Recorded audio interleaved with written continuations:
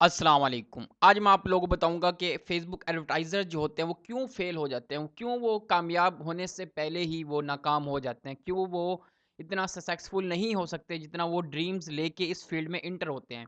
उसमें काफ़ी लोग जो है वो मिस्टेक करते हैं, तो इस वीडियो में आपको वो मिस्टेक मेंशन करूँगा जिसकी वज़ह से जो है फ़ेसबुक एडवर्टाइज़र जो फ़ेल हो जाते हैं। अगर आप बिगिनर लेवल पे हैं या आप एक्सपर्ट लेवल पे हैं, तो आपको ये वीडियो पूरी देखनी चाहिए। इससे आपको बहुत कुछ सीखने को मिलेगा। आप बहुत कुछ खुद में इम्प्रूवमेंट फ़ील करेंगे ये वीडियो देखने के बाद। तो इस वीडियो को स्टार्ट करने से पहले मैं आपसे कहूँगा अगर आपने मेरे चैनल को सब्सक्राइब नहीं किया तो वो सब्सक्राइब कर दें। चलें वीडियो स्टार्ट करते हैं। देखिए दोस्तों, जब भी आप एडवर्टाइज़िंग स्टार्ट करने लगते हैं ना, आप कुछ मिस्टेक करते हैं जिसकी वजह से आप जो है कामयाब नहीं हो सकते ऑनलाइन एडवर्टाइज़िंग में, डिजिटल मार्केटिंग में या आप एक प्लेटफ़ॉर्म की बात कर लें, फ़ेसबुक एडवर्टाइज़िंग। तो काफ़ी लोग ये सोच के एंटर होते हैं कि हमने जो सेलिंग करनी है वो टूल्स या प्लेटफ़ॉर्म के थ्रू करनी है। मीन के वो समझते हैं सिर्फ़ जो हमें सेल निकाल के देगा वो यही टूल है या प्लेटफ़ॉर्म है। और वो ये नहीं सीखते कि हमने इंटरेक्शन जो करना होता है, इस टूल को यूज़ करके वो लोगों से करना होता है। वो लोगों को भूल के वो टूल्स पे ही डिपेंड हो जाते हैं, इसी पे एक्सपेक्टेशन कर लेते हैं। और टूल जो होते हैं वो डे बाय डे अपडेट होते रहते हैं, तो वहाँ पे भी वो मीन के इस चीज़ की उनको कोई कंसर्न नहीं होता कि वो अपडेट आ रही है या नहीं आ रही। तो वो जस्ट एक ही माइंडसेट के साथ एंटर होते हैं और वो फेल हो जाते हैं। जिस तरह मैंने आपके सामने एक कोटेशन लिखी हुई है कि people buy from people, people don't buy from tools and platform. Mean कि आप जो एडवर्टाइजिंग कर रहे हैं अपने प्रोडक्ट्स की, अपने सर्विस की, तो वो आप जिनको ऐड दिखा रहे हैं वो लोग ही हैं, आप ही की तरह लोग हैं। तो आपको ह्यूमन साइकोलॉजी आनी चाहिए, आपको साइकोलॉजी आनी चाहिए कि लोग कुछ खरीदने से पहले उनके क्या माइंड में क्या होता है, वो ऑनलाइन क्यों बाय करते हैं, ऑनलाइन आपसे क्यों बाय करें। आप जैसे हज़ारों लोग वो ऑनलाइन सेलिंग कर रहे हैं, तो आपसे क्यों बाय करें। तो इसको आपने रिसर्च करना होता है कि लोग आपसे जो लोग ही बाय कर रहे हैं, तो आप उनको अपनी तरफ अटेंशन लेने के लिए उनकी, तो आपको कुछ ना कुछ न्यू आपने उनके सामने रखना होता है, कुछ यूनिक सेलिंग पॉइंट आपने रखनी होती है अपने प्रोडक्ट्स के, अपने सर्विस के, कि आपकी सर्विस जो है आपके कंपेटिटर से हट के उनको क्या बेनिफिट दे रही है। यूनिक सेलिंग पॉइंट का मैं आपको एक छोटा सा मतलब कि एक दूसरे सिंपल वर्ड्स में कहूँ तो होता है कि डिफरेंट बेनिफिट्स, मीन कि आप जो क्लाइंट्स है आपका, सॉरी जो आपके कंपेटिटर हैं उनसे हटकर आप जो है अपने सेम कस्टमर को क्या बेनिफिट दे रहे हैं। क्या आप उनसे अच्छा आप उनको रिजल्ट निकाल के दे सकते हैं, या आप उनसे अच्छा उनको जो है पेज मैनेज कर सकते हैं, या आप उनसे अच्छा आप उनकी शॉप मैनेज कर सकते हैं ऑनलाइन, या आप ऑर्गेनिकली अच्छा कंटेंट क्रिएट कर सकते हैं, ऑर्गेनिकली उनका पेज मैनेज कर सकते हैं, ऑर्गेनिकली आप जो उनके फॉलोअर इंक्रीज कर सकते हैं फेसबुक पेज के, या अगर हम एड मैनेजर की बात करें तो उसमें एड्स चलाना होता है। तो आप अपने कंपेटिटर से हटकर उनकी लाइफ को किस तरह बेनिफिट प्रोवाइड कर सकते हैं, कितने अच्छे से कर सकते हैं। तो ये चीज़ जो है आपने जो एडवर्टाइज़िंग करनी होती है, आप पहले अपना माइंडसेट चेंज करें कि आप जो इंटर होते हैं, जो बिगिनर लेवल के होते हैं, वो फ़ेसबुक, यूट्यूब से सीख के कुछ एक कैम्पेन 5 स्टेप में आप एक कैम्पेन रन कर सकते हैं। वो यूट्यूब पे हर कोई सिखा रहा है। लेकिन आप ये सोच के आप इंटर होते हैं कि जो आपने एडवर्टाइज़िंग करनी है, वो टूल ने करनी है। आपने टूल से ही सब कुछ रिज़ल्ट ड्राइव करना है। हालाँकि आपने जो बैकएंड पे जो आप काम कर रहे होते हैं, तो सारा जो डिपेंड होता है वो आप पे होता है कि आप कितनी अच्छे से आप जो है अपनी ऐड को ऑप्टिमाइज़ करते हैं, कितने अच्छे से आप कैम्पेन को ऑप्टिमाइज़ करते हैं और कितने अच्छे से आप जो है अपने क्रिएटिव को ऑप्टिमाइज़ करते हैं। तो वो आपके लोगों के सामने पहुँचता है जिनको आप टारगेटिंग करते हैं, वो भी आपने सेलेक्ट करना होता है। किन कस्टमर के सामने आपका ऐड पहुँचेगा, उनको देखना होता है। तो उसके अकॉर्डिंग आपने सब कुछ ऑप्टिमाइज़ करना होता है। तो आप बिल्कुल भी इस माइंडसेट के साथ ना एंटर होएँ, जो बिगिनर आपके अगर हैं आप बिगिनर लेवल के, आपका ये माइंडसेट है कि मैंने जितना भी रिज़ल्ट निकालना है वो सिर्फ़ टूल मुझे निकाल के देगा। मेरी कोई इसमें मेहनत नहीं होनी या मेरी कोई इसमें नॉलेज नहीं होना इन्वेस्ट।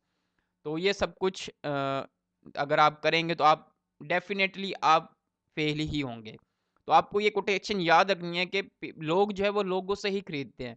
तो आपने उनकी प्रॉब्लम्स को टारगेट करना है, ना कि लोग जो है वो टूल्स से या प्लेटफ़ॉर्म से खरीदते हैं। क्योंकि टूल्स और प्लेटफ़ॉर्म ये एक मीडियम है। अगर आप फ़ेसबुक ऐड देख के कुछ बाय करते हैं, तो डेफ़िनेटली आप देखते हैं कि आपके अंदर डिज़ायर पैदा होती है, तब भी आप बाय करते हैं। ना कि फ़ेसबुक आपको जितने मर्ज़ी ऐड दिखा ले, अगर आपके अंदर डिज़ायर पैदा नहीं हो रही उस चीज़ की, तो आप बाय नहीं करेंगे। तो इस वजह से आपकी जो सेल है, वो आप पे ही डिपेंड है, क्योंकि लोगों से ही बाय करते हैं, ना कि प्लेटफ़ॉर्म से या टूल से। अब उसके बाद ये आपने माइंडसेट बना लिया, तो उसके बाद जो है काफ़ी लोग जो है रिसर्च में मिस्टेक करते हैं कि वो उनको मार्केटिंग का नहीं पता होता। वो जस्ट जिस तरह मैंने आपको पहले ही कहा है कि वो यूट्यूब से एक कैंपेन सीख के 3 स्टेप में आप एक पूरी कैंपेन रन कर सकते हैं। 30 मिनट्स का ट्यूटोरियल देख के आप पूरी एक कैंपेन रन कर सकते हैं। लेकिन आपको अगर एडवर्टाइज़िंग का नहीं पता, अगर आपको मार्केटिंग का नहीं पता, तो आप रोबोटिक जो काम कर रहे हैं, मीन कि आपने 3 स्टेप में कैंपेन चला दी है, लेकिन आप उसको कभी भी रिज़ल्ट निकाल के नहीं दे सकते अपने क्लाइंट्स को या अपने लिए। क्योंकि आपको नहीं पता कि मैंने ऑप्टिमाइज़ किस तरह करना है। आपको नहीं पता कि जो आपकी ऑडियंस है उसको किस तरह की ऑफ़र पसंद है या किस तरह का आपने उन तक मैसेज पहुँचाना है। उनकी प्रॉब्लम्स क्या है, यही देख लें। मीन कि आपने अगर मार्केट रिसर्च करनी है, तो आपने अपनी ऑडियंस को रिसर्च करना है कि आपकी ऑडियंस जो है वो किस ऐज की है और उनके क्या प्रॉब्लम्स है जिनको आपने टारगेट करना है, और आपका प्रोडक्ट क्या प्रॉब्लम्स उनकी टारगेट कर रहा है। मीन कि आपने पोजीशनिंग करनी है अपने प्रोडक्ट्स की। ऑडियंस रिसर्च करने के बाद आ जाता है प्रोडक्ट रिसर्च, कि आपका जो प्रोडक्ट है वो किस तरह से उनकी प्रॉब्लम सॉल्व कर रहा है। आप क्या पोजीशनिंग उनके माइंड में बना रहे हैं अपने प्रोडक्ट्स के लिए, क्या ब्रांडिंग कर रहे हैं, क्या हट के आप अपने कंपेटिटर से उनको प्रोवाइड कर रहे हैं, क्या आप उनसे बेटर कर रहे हैं, या आप उनसे उनकी लाइफ में कोई इंप्रूवमेंट लेके आ रहे हैं, या उन्हीं के लिए कुछ ईजिएस्ट कुछ लेके आ रहे हैं जिससे जो उनका टाइम सेव होगा। तो इस तरह की आपने रिसर्च करना है। उसके बाद आपका कस्टमर रिसर्च हो गया, ऑडियंस रिसर्च हो गया, प्रोडक्ट रिसर्च हो गया, क्रिएटिव रिसर्च हो गया। काफ़ी लोग जो है क्रिएटिव में मिस्टेक कर रहे होते हैं कि आप जब तक रिसर्च नहीं करेंगे, तब तक आपको नहीं पता चलेगा। उसके बाद आ जाता है कस्टमर जर्नी। काफ़ी लोगों को नहीं पता होता कि हमने जो लोगों को टारगेट करना होता है, उनका एक जर्नी होती है। वो डायरेक्ट आपके पेज पे आके बाय नहीं करते। वो भी कुछ भी बाय करने से पहले वो हज़ार दफ़ा सोचते हैं, रिसर्च करते हैं। जब वो आपके पास आते हैं, तो वो देखते हैं कि आप अपने कंपैरेटर से हट के आप उन पे क्या चार्ज कर रहे हैं, या उनकी लाइफ में कितनी इम्प्रूवमेंट दे रहे हैं, जिसकी बेस पे वो आप पे आपसे ट्रस्ट करे या आपसे बाय करे। तो कस्टमर जर्नी में काफ़ी चीज़ें इंक्लूड होती हैं कि वो जब कस्टमर आपके वेबसाइट पे लैंड करता है, तो वो देखता है कि लोगों ने इसके बारे में क्या फीडबैक दिया हुआ है। आपकी प्राइसिंग स्ट्रेटजी जो है, वो आपके क्लाइंट से कितनी ज़्यादा या कम है। आपका प्रोडक्ट उनकी लाइफ में क्या इंप्रूवमेंट दे रहा है, या आप किस तरह की आप जो है पोजीशनिंग कर रहे हैं उनके माइंड में, अपने कस्टमर के माइंड में। तो सब कुछ ये कस्टमर जर्नी में आता है, और कुछ लोग जो है वो आपकी देख के वापस रिटर्न हो जाते, तो आपने उनको दोबारा से अपनी वेबसाइट पे लेके आना होता है, कुछ नया दिखा के, कुछ नए क्रिएटिव दिखा के, कुछ नए ऑफर दिखा के। तो लोगों को इन बारे में नहीं पता कस्टमर जर्नी क्या होती है। वो सिंपल एक क्लाइंट अगर आपके पास आता है, वो कहता है कि मैंने एक सेल निकालनी है, मीन के मैंने एक कन्वर्जन कैंपेन चलवानी है। लेकिन आप उसका ना एड काउंट एनालिसिस करते हैं, ना उसका आप लैंडिंग पेज बनाते हैं। अगर बना हुआ है तो उसको आप एनालिसिस नहीं करते। आप बिना सोचे समझे उसकी कैंपेन रन कर देते हैं, और आपको रिज़ल्ट प्रोवाइड नहीं होता, तो वो आपके फिर दोबारा आपके पास कभी भी नहीं आता। तो आपने हमेशा अपने जो क्लाइंट की एक्सपेक्टेशन वो आपके पास लेके आते हैं, वो बहुत हाई होती है। उनका जो बजट होता है ना, वो बहुत कम होता है, जो उनकी एक्सपेक्टेशन होती है वो बहुत हाई होती है। तो आपने उनके बजट में रह के उनको दिखाना है कि अगर आप ये एक्सपेक्टेशन लेके आए हैं, इसको अचीव करने के लिए हमें ये मेहनत करनी होगी, ये चेंजिंग करनी होगी। अगर वो पहले से सब कुछ उनका बिल्ड है, तो आपने देखना है कि वो किस तरह का वर्क कर रहा है। नहीं कर रहा, तो आपने उसको बताना है, उसकी एक्सपेक्टेशन जो है आपने सेट करनी है उनके काम करने से पहले। जब तक आप अपने क्लाइंट की एक्सपेक्टेशन को सेट नहीं करेंगे, जिस तरह की वो लेके आया है एक्सपेक्टेशन, तो आप उस पे कभी भी नहीं अचीव कर पाएँगे उनकी जो एक्सपेक्टेशन है या उनका जो रिज़ल्ट है। तो आपने हमेशा अपने क्लाइंट्स की जो कम्युनिकेशन है ना, उसको भी आपने अपने मद्देनज़र में रखना है, सब कुछ आपने डिसाइड करना है। हर क्लाइंट के साथ आप काम नहीं कर सकते, आपने देखना है कि कौन-सा क्लाइंट जो है आपकी नेचर के साथ मैच हो रहा है, जो आपको मतलब कि जो आप जिस क्लाइंट के साथ आप काम करना खुश होते हैं, काम करने से खुशी मिलती है आपको, उस क्लाइंट के साथ आपने काम करना है। हर क्लाइंट आपका क्लाइंट नहीं होता। तो इस वजह से आपने काफ़ी बातों का ख़्याल रखना है।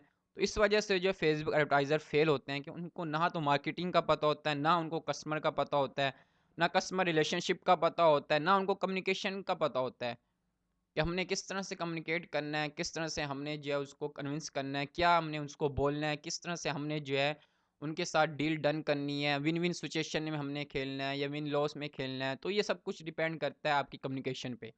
काफ़ी लोग जो है वो इतना चीप प्राइस में किसी का काम कर देते हैं कि वो ना उनको पीछे बचता है कुछ, ना ही उनके लिए बेनिफिट होता है क्लाइंट्स के लिए। क्योंकि जो इतने चीप प्राइस में आपके लिए काम कर रहा है तो आपको क्वालिटी भी उसी तरह की मिल रही होगी।